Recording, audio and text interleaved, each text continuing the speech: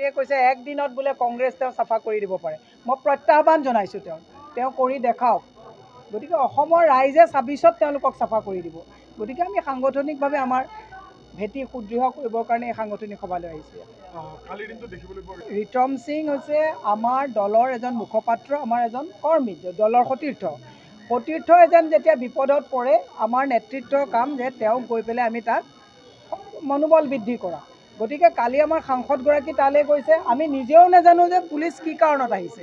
আমি এটা কথাই জানো, এজন মানে আমাৰ সহকৰ্মীক পুলিচে নিবলৈ ইমানটো একদম বেৰিকেড লগাই ইমানখিনি পুলিচ অহাৰ কোনো কথা নাই। আমি বাৰে প্ৰতি সুধিছোঁ যে কি গোচৰত তেওঁক দিব আহিছে, পুলিচে নকয়।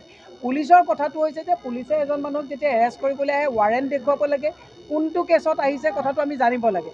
আমি শেষত গধূলা নিউজতহে গম পাইছোঁ যে তেওঁক এটা টুইটৰ কাৰণে লৈ যোৱা হৈছে। এটা টুইটৰ কাৰণে তেওঁক তেনেকৈ লৈ যোৱা হৈছে।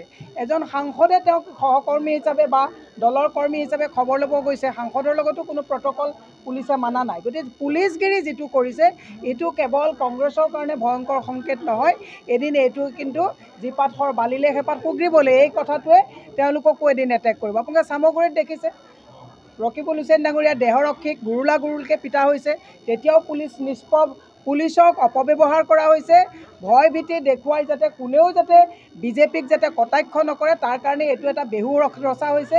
গতিকে আমি অসমৰ ৰাইজক আহ্বান জনাইছোঁ যে এওঁলোকে আগন্তুক নিৰ্বাচন পুলিচ দি খেলিব। যিটো আপোনালোকে চামগুৰিত দেখিলে পুলিচ দি 7জন বিধায়কৰ গাড়ী ভাঙি দিয়া হ'ল, তেতিয়া পুলিচৰ কিন্তু গা নলৰিল। পীযুষ হাজৰিকাই চামগুৰি কাণ্ডৰ 7জন নে 8জন মানুহৰ একিউজ পাৰ্চনৰ নাম দিলে, এতিয়ালৈকে তেওঁলোকক ধৰিব নোৱাৰিলে। কিন্তু ৰিতম বোলাৰ যিজন ল'ৰাক এটা টুইটৰ কাৰণে, হয় টুইটটোত তেওঁ আনপাৰ্লিয়ামেণ্ট শব্দ ইউজ কৰিছে, কোনেও কৰিব নালাগে, সেইটোত আমি তেওঁক কৈছোঁ যে এনেকুৱা কথা কোনেও লিখিব নালাগে।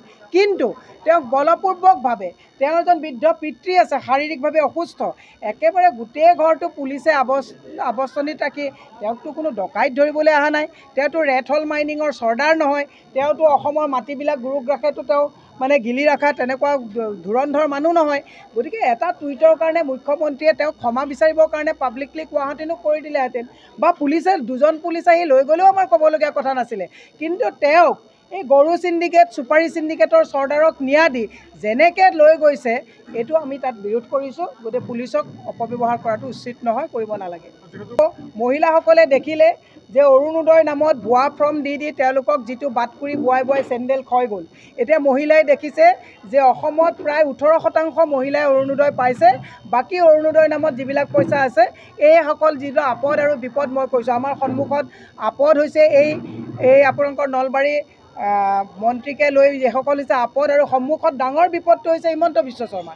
এই আপদ বিপদ নেওচি মহিলাই এইবাৰ নেতৃত্ব ল'ব, পঞ্চায়ত নিৰ্বাচনত ভাল ফল হ'ব।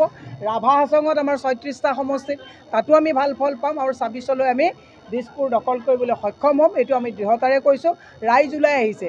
কালি একদিনত উৎখাত কৰিম বুলি কোৱা জয়ন্ত মল্ল বৰুৱা ডাঙৰীয়াৰ সমষ্টিতে চাওক কিমান মানুহ ওলাই আহিছে। ইয়ে প্ৰমাণ কৰে যে 26লৈ আমি বা পঞ্চায়তত আমি ভাল ফল দেখুৱাব পাৰিম।